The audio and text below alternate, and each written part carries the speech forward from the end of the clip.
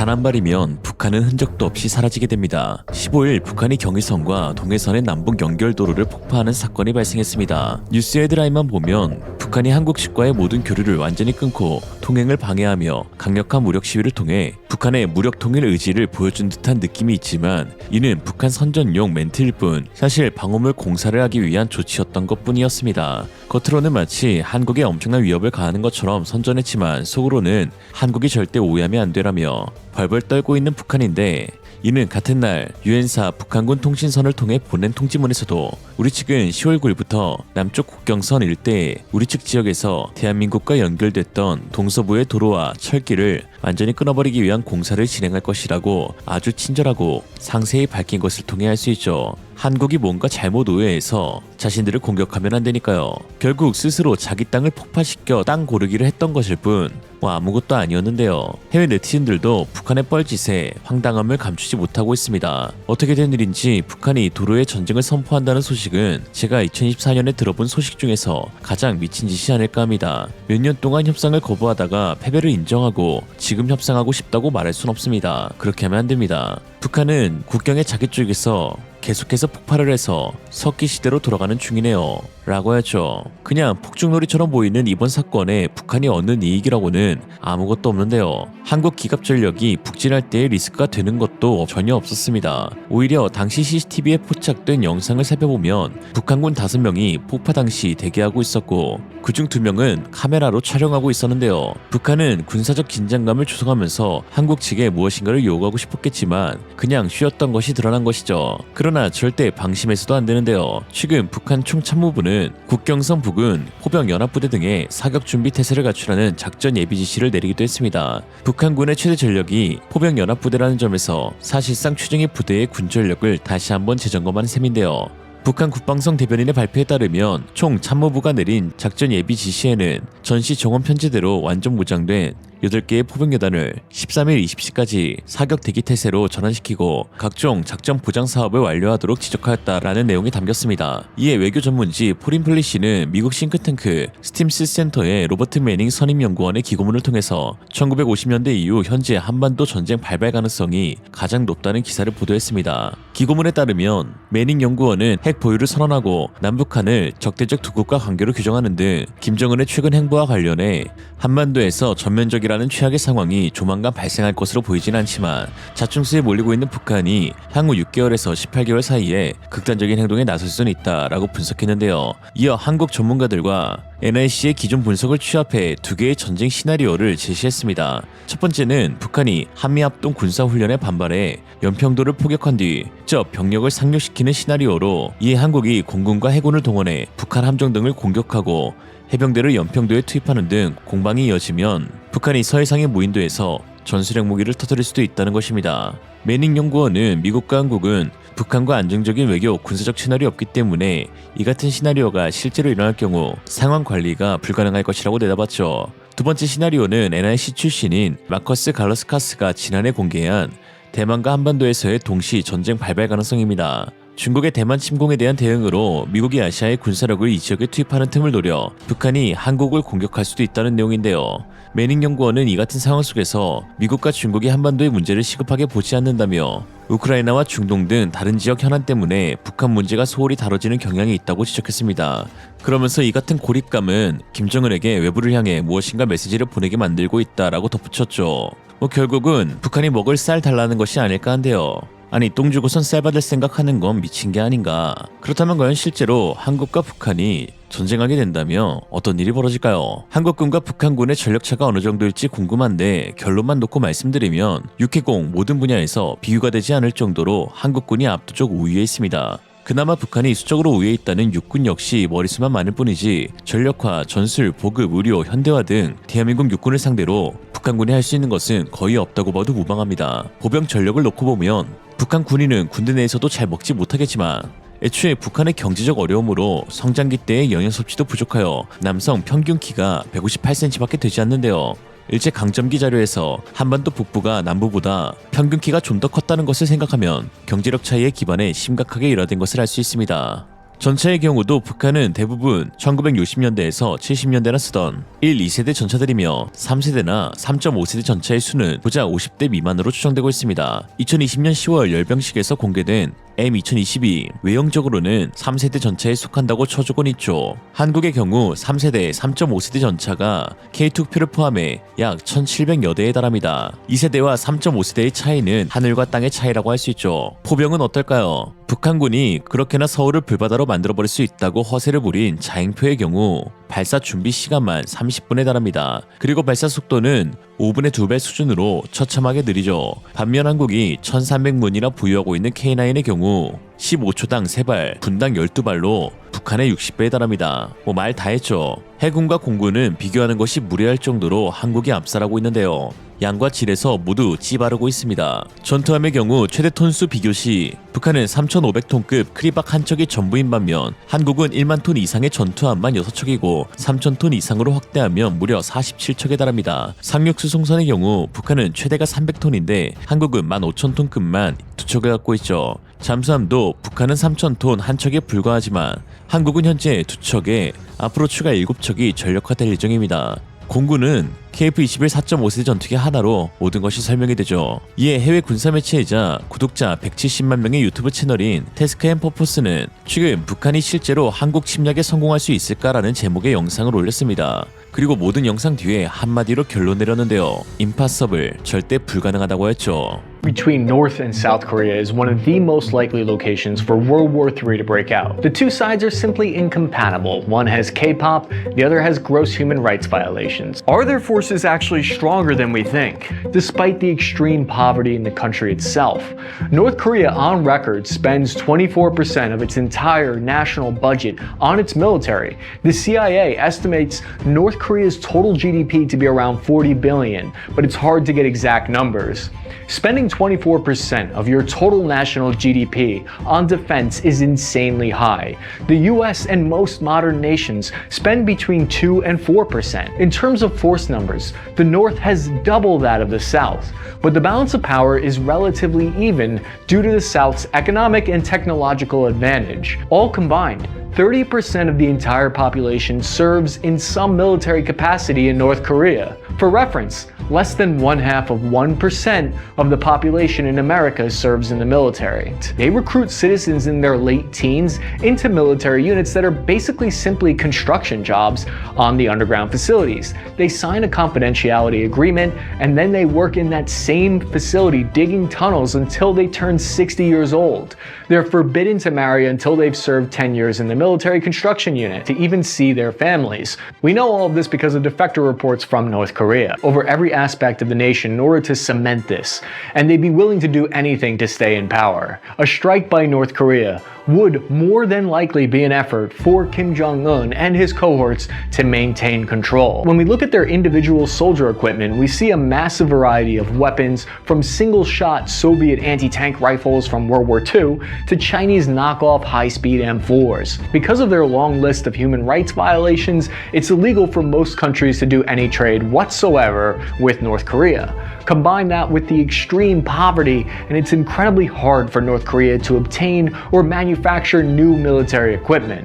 During the Cold War, the Soviet Union was more than happy to trade and provide arms and equipment to their military. But since the fall of the USSR, China has become North Korea's only real trade partner. According to this exhaustive 332-page declassified army document on North Korea's military tactics, doctrine, and geopolitics, China is North Korea's only real major ally, with bilateral trade including over half of North Korean exports and almost 75% of its imports. This is why their forces are equipped with leftover Soviet and Chinese uniforms and kits while sporting old AK-style rifles, which is a locally manufactured version of the AK-74 firing the smaller 5.45 cartridge, and it accepts a unique yet massive 150-round Helica magazine. It's unclear why North Korea decided to go with these magazines, considering the huge increases of weight, greater possibility of malfunction, and the complexity of reload. The majority of North Korea's soldiers carry 20th century Soviet gear and similarly old uniforms and steel helmets. Their most common tanks, making up just short of 3,000 in number, are the T-55 and T-62 tanks, very old. Though formidable in their day, they are greatly outclassed by any modern tank. Even a decent RPG or AT-4 shot can completely disable these things. The North Korean Navy deploys a total of 780 vessels, and only about 10 of those could effectively deploy further than 50 kilometers offshore, those 10 being a small handful of old light frigates and covert ships. The North Korean Air Force by all measures is poorly trained and poorly equipped, with pilots flying at most 10 to 15 hours per year based on our surveillance. American fighter pilots, for reference, fly an average of 200 hours per year. Not only that, but their ability to fix and sustain a fleet is likely to be non-existent. Military aircraft on average require 10 hours of maintenance per hour of flight time. According to the Army Manual on North Korean military tactics, North Korea cannot fight a long war due to the lack of petroleum products, ammunition, and spare parts. Due to the age of their weapons, missile systems, and lack of training, they would be quick and easy targets for suppression of enemy air defense and long-range artillery fire. In short, North Korea would have zero hope of any air superiority. 북한이 한국 땅이 아닌 오히려 자국 땅을 폭파시키면서 한국에 위협을 가했던 것은 절대로 한국을 화나게 해서는 안 된다는 것을 깨닫고 있기 때문입니다. 자칫 한 발이 한국 쪽으로 튀게 되면 한국은 그 일대를 초토화시킬 준비를 하고 있으니까요. 민간용 무인기가 북한 김정은의 머리 위로 지나가도 허술한 레이더망에 발견조차 못했던 북한이기에 언제 어디서 까딱하다간 현무5로 자신이 제거될지 모른다는 생각을 갖고 있는 김정은입니다. 그래서 이렇게 말했잖아요. 대한민국을 공격할 의사도 전혀 없고 그냥 마주하고 싶지도 않다. 딱 보니까 쫄았네 이 새끼. 오늘의 한 줄 평, 설득력과 폭력은 한 끗 차이. 북한의 발끈에서 한국의 발전을 보았다. 최근 한국에서 발사된 무인기가 평양 상공에 침투했다며 참변 등 보복을 예고한 북한이 국경선 부근 부대에 완전 사격 준비 태세를 갖추라고 지시했다는 사실을 공개했습니다. 특히 전시종원 편제대로 완전 무장한 병력을 배치했다고 밝혀 언제든 실전에 임할 수 있는 준비를 마쳤다는 점을 시사했는데요. 한국 국방부는 무인기의 주체가 우리가 아니다 라고 언급했음에도 북한은 5차례나 담화문을 발표하면서 한국을 강하게 비판하였습니다.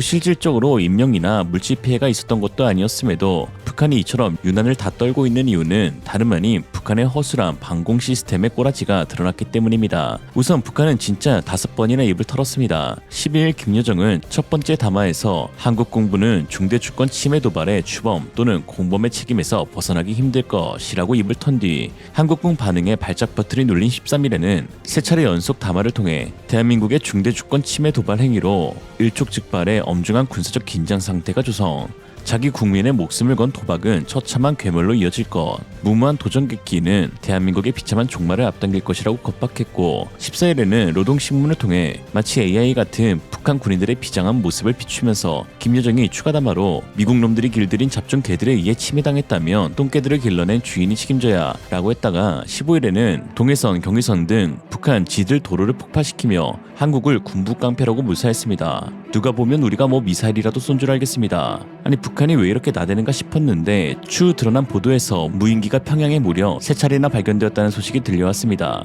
특히나 조선노동당 중앙위원회 청사구역 상공에서 발견됐다고 밝혔는데 사실이라면 김정은 집무실 바로 위에서 무인기가 유유히 하늘을 떠다녔던 것이라 북한 지도부가 충격을 받았던 것이었죠. 북한이 최고조의 빡침을 표출한 뒤 가장 먼저 했던 군사적 행동은 무엇이었을까요? 다름 아닌 국경선 부근 포병들을 사격 준비 태세로 전환시켰던 것입니다. 북한이 포병을 가장 우선시한다는 것을 또 한 번 알 수 있었죠. 북한이 사격 대기 태세로 전환했다고 밝힌 8개의 포병여단은 주로 170mm 자주포, 240mm 방사포 등 장사정포를 운용하는 전방부대인데요.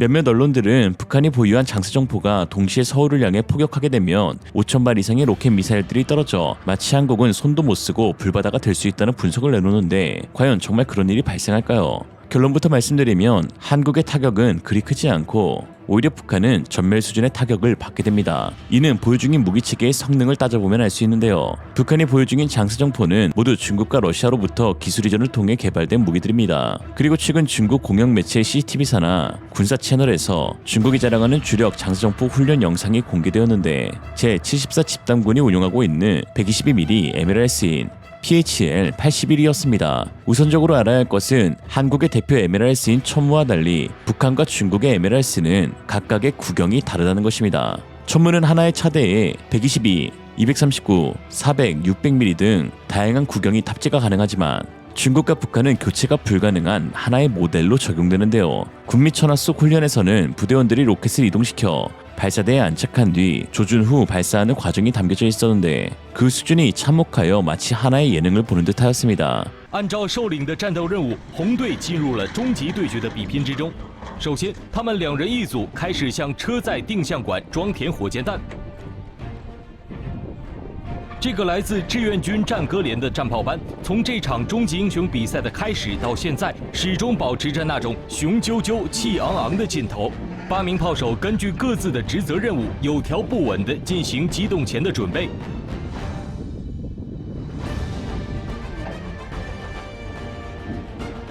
122毫米火箭炮每枚火箭弹的重量有60多公斤，要装填到40根定向管中，不像线膛炮那样有炮后闭锁装置支撑固定，装填后还将面临复杂地形上的行驶机动，既不能出现行驶掉弹现象，又要确保进入阵地后就能发射。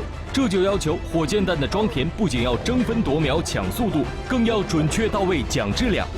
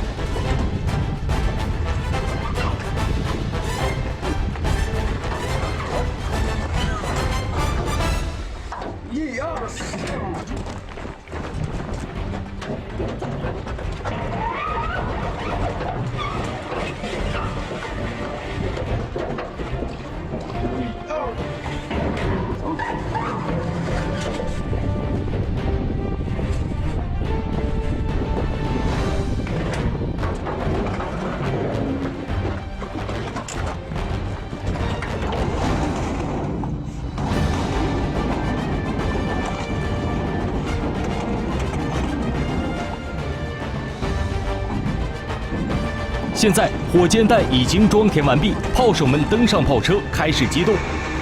40발의 122mm 미사일을 전부 탑재하는 데 걸리는 시간은 최소 1시간으로 알려져 있습니다. 이는 인민해방군 출신 중국 무기 유튜버의 증언을 통해서도 알 수 있었죠. 缺点它的重装填时间蛮久的60分钟。 반면 천무의 경우 탄을 하나씩 채워서 넣는 방식이 아닌 탄창처럼 하나의 포드만 교체해서 사용할 수 있는 방식인데요. 내장된 발사대 크레인으로 2명 미만의 최소 인원만 있으면 되고 교체 시 드는 시간은 불과 5분밖에 되지 않죠. 특히 각각의 포드에 다른 구경 미사일을 장착하여 전술 및 상황에 따라 대응 공격을 할 수 있고 전용으로 개발된 탄약 운반 차량까지 따로 있습니다.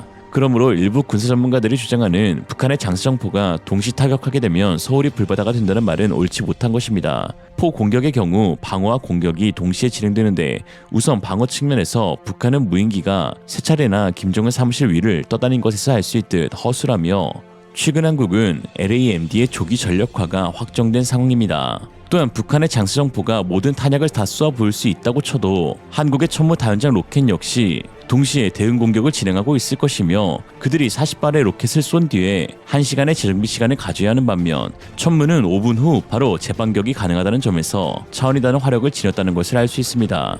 즉 천무 한 대가 북한 장수정포 대비 최소 12배 이상의 화력을 지닌 것이죠. 한국이 총 367문의 천무를 양산하기로 했으니 북한은 122에서 600mm의 MLRS를 총 4,404대 만들어야 화력에서 겨우 비슷하다고 할 수 있습니다. 최근에는 한국이 독자적으로 개발한 장수정포 대응 체계인 LAMD의 빠른 전력화가 추진되고 있습니다. 당초 계획은 총 2조 8,900억 원을 투자해 2039년까지 배치하기로 했으나 하나시스템과 LIG 넥스원 그리고 ADD의 우수한 기술력을 기반으로 기존보다 대략 10년 앞당겨진 2029년에 전력화가 될 것으로 보입니다.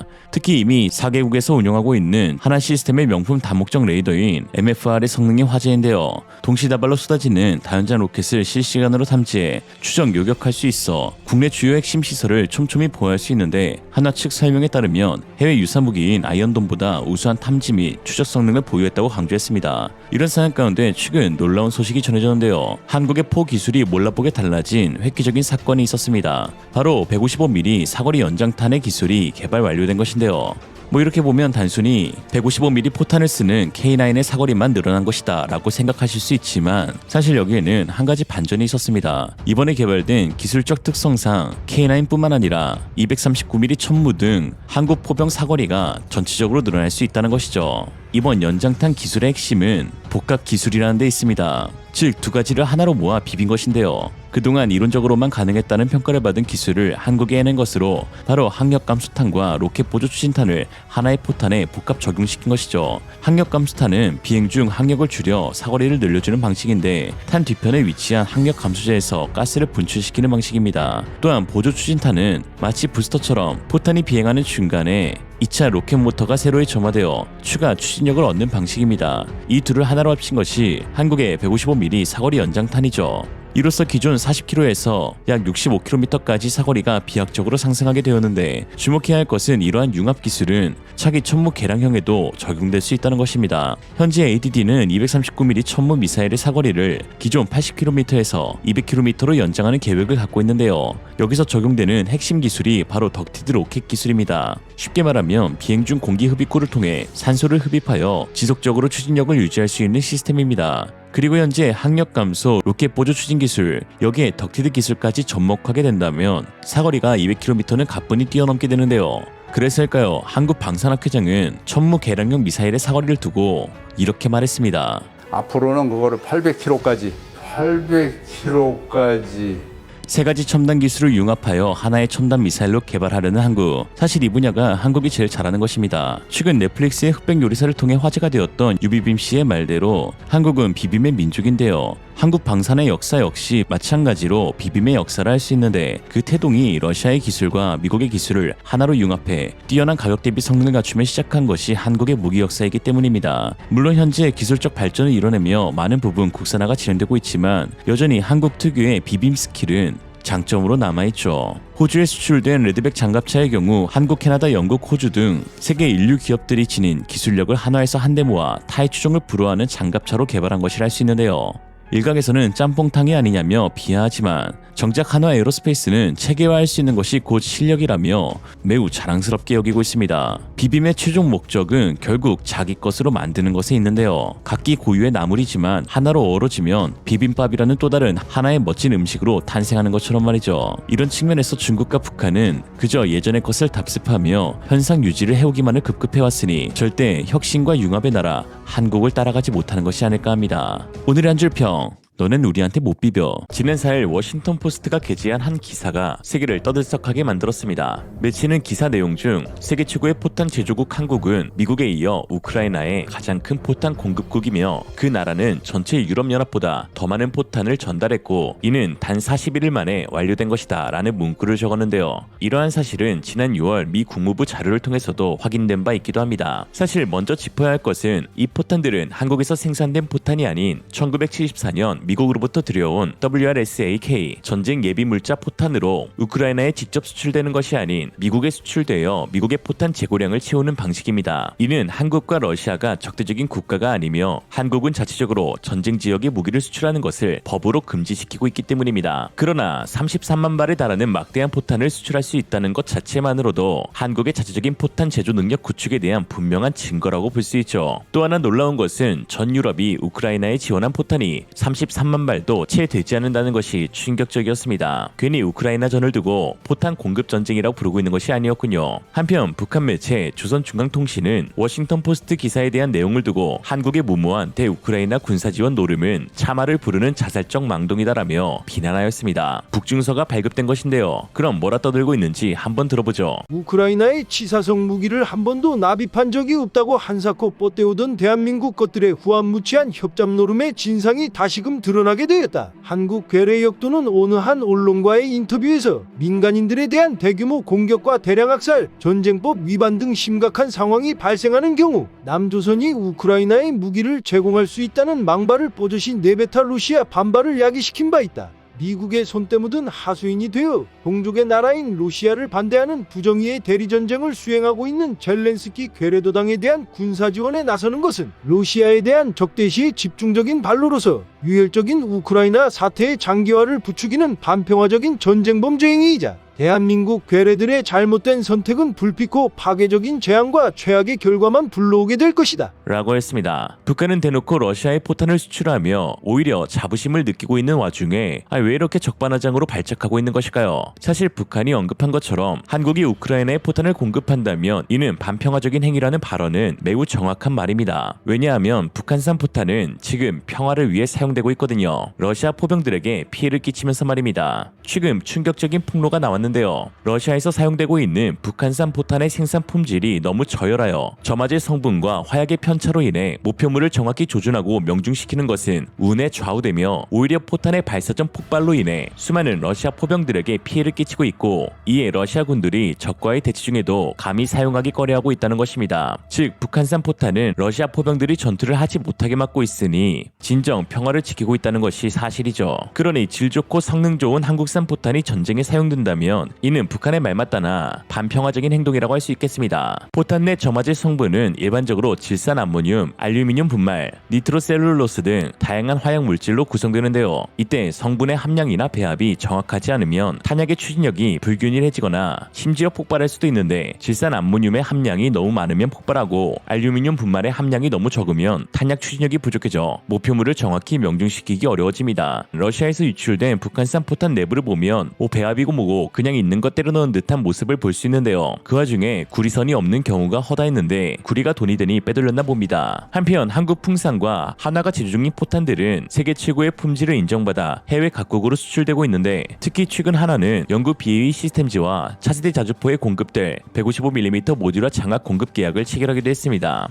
MCS는 탄두 뒤에 일체형으로 탑재돼 별도의 장약 공급 과정 없이 포탄을 빠르게 발사시켜줄 수 있는 첨단 장약입니다. 놀라운 것은 BAE 시스템즈의 MFP 자주포 사업 공동 파트너인 라인메탈 역시 2019년 MCS를 개발 완료하였으나 오히려 BAE 시스템즈는 올해 초 개발이 완료된 하나의 MCS 장약을 선정한 것입니다. 성능과 가격 경쟁력, 그리고 무엇보다 대량 생산이 가능하다는 이유였죠. 이것이 한국의 클래스, 북한산 포탄의 치명적인 결함이 드러나면서 한국과의 차이가 극명해지자 이런 비판적인 시선을 돌리기 위해 조선중앙통신은 반평화주의 한국이라는 프레임을 씌우려고 하고 있는데요. 설득력은 전혀 없습니다. 오히려 한국과의 격차만 증명되고 있죠. 분단 이후 북한은 많은 천연 자원을 지닌 지리적 이점과 또 일제강점기 시절 일본의 자본가들이 건설한 중공업 산업단지를 기반하여 빠른 공업 발전을 이뤘습니다. 당시만 해도 북한은 남북관계가 악화되면 남한에 공급되던 전력을 차단시키기도 했는데요. 당시 북한은 세계 최대의 수력 발전소를 가지고 있었으며, 특히 북한의 흥남 지역은 일본을 제외하면 동북아에서 가장 거대한 중화학 공업단지가 들어서 있던 곳으로 유명했습니다. 그 시절 북한은 공업국가, 남한은 농업국가를 지향하고 있었죠. 사회주의 종주국 소련의 위상과 분단국가 상태에서 군수산업의 필요성이 높았던 북한의 사정을 고려하면 김일성이 소련식 중공업 위주의 발전 전략을 채택했던 것은 매우 자연스러운 일이었습니다. 그러니 북한 입장에서 남한을 수복하기 위한 한국전쟁은 너무나도 쉬워 보였을 것입니다. 당시 군사력 차이를 보면 국군은 전차를 단 한 대도 부여하지 못했지만 북한 인민군은 242대를 보유하고 있었고, 장갑차는 국군이 27대, 인민군이 54대로 북한이 2배 우세, 야포는 국군 91문, 인민군 552문으로 북한이 0.67배 우세했으며, 대전차포는 국군 140문, 인민군 550문으로 북한 인민군이 3.93배 우세, 박격포는 국군 960문, 인민군 1728문으로 북한 인민군이 1.8배 우세하였습니다. 특히 공군 전력에서는 연습기 22대만 보유하고 있던 국군에 비해 북한은 전투기 및 전폭기 등 211대를 보유하고 있었습니다. 즉 군사 무기 면으로는 비교할 수 없는 북한 인민군의 전력 우세로 인해 1950년 6월 25일 새벽 4시 남침 이후 단 1개월 만에 경상북도 일부 및 경상남도를 제외하고 하고 대한민국 영토가 북한 인민군에 의해 강제로 점령되었죠. 그러나 70년이 지난 지금 비교가 불가능할 정도로 남북의 차이는 커졌습니다. 한국이 세계 12의 경제 대국이자 지난해 세계 방산 수출 2위 국가로 성장하였지만 북한은 만성적인 전력 부족 속에서 공장조차 가동할 수 없는 꼬라지인데요. 스팀슨 센터의 산팔로스 연구원들은 평양 외곽에서는 1년에 단 몇 시간만 전기를 공급받고 있는데 이는 김정은의 신년사 때이다 라고 했습니다. 이러한 전력난이 포병의 화력을 결정짓는 포탄에 끼치는 영향은 지대한데요. 탄약고에는 화약을 최상의 컨디션으로 유지시킬 거대한 제습 장비가 필요하지만 북한은 전력난으로 제습 장치를 돌리지 못하고 있어 당연히 습기가 차고 화약이 눅눅해져 언제 터질지 모르는 팀킬 포탄으로 변하고 있는 것입니다. 반면 한국은 막대한 자금을 들여 10년에 한 번씩 탄약 정비를 통해 탄피를 열고 내부 화약을 전부 교체합니다. 한국군이 주로 가지고 있는 포탄은 105mm 포탄 그리고 155mm 포탄 크게 두 종류로 105mm 포탄의 경우에는 한 발 정비 비용이 10만원, 155mm 포탄의 경우에는 15만원 정도 든다고 하는데요. 한국은 이러한 수백만 발의 포탄을 10년에 한 번씩 최소 10만원 들여서 수리하고 있다는 것입니다. 이것만으로도 차이가 극명하죠. 또한 여기서 그치지 않고 한국은 지속적인 무기체계의 성능 개량도 추진하고 있는데 얼마나 열심히면 우리가 우크라이나에 도태장비도 못 주고 있는 것이 아니라 한국군에는 도태장비 개념이 없다는 우스갯소리도 있습니다. 패턴도 현역일 만큼 끊임없이 보수하고 개량하고 개발하고 있죠. 이런 상황 가운데 최근 한국 포병의 핵심 무기체계인 K9 자주포의 엔진이 국산화되었습니다.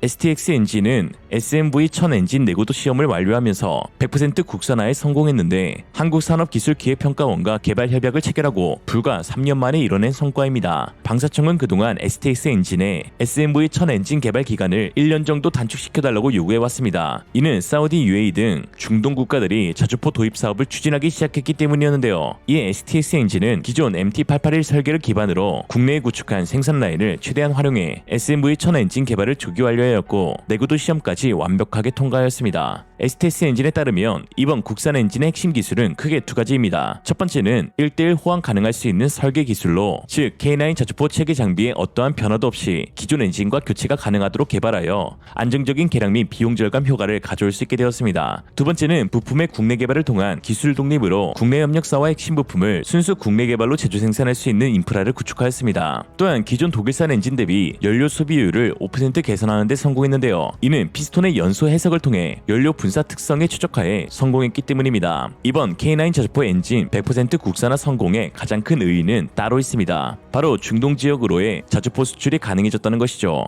K9 자주포 디젤 엔진은 XTS 엔진이 라이센스사인 독일 MTU 제품을 국내에서 생산해 공급해왔습니다. 그러나 사우디, UAE 등 중동 국가의 국제 정세 변화에 따른 독일 정부의 수출 승인 제한으로 추가 수주에 제약이 많았는데 이번 개발로 추가 수출 시장 개척은 물론 MTU에 지급하는 라이센스 비용까지 절감할 수 있습니다. 군사 전문가들은 최소 6조 원 이상의 직접적 수출력과 1000대 이상의 수출 물량 확보가 가능하다라고 분석하면서 특히나 K9 자주포 엔진은 K10 탄약 운반 장갑차, AS-21 레드백 보병전투 차량 등에도 사용되어 왔기에 100% 국산 엔진은 경제적 가치가 매우 높을 것으로 기대된다라고 했습니다. 또 이렇게 한국 기갑부대는 북한을 압도하게 되었죠. 불과 70년 전까지만 해도 전 세계에서 가장 가난했던 나라가 이제는 세계 민주주의의 무기고로 성장하였습니다. 한국전쟁 당시 에티오피아에도 도움을 받던 최빈민국 대한민국은 이제 세계 방산 수출 2위 국가로 누구도 감히 건들 수 없는 군사 강국이 되고 있습니다. 보고 있나 김정은, 시진핑 너도 임마. 오늘의 한줄평, 북한한테 욕먹는다. 잘하고 있다는 증거다. 이상으로 리얼리즘이었습니다. 여러분의 생각은 어떠신가요?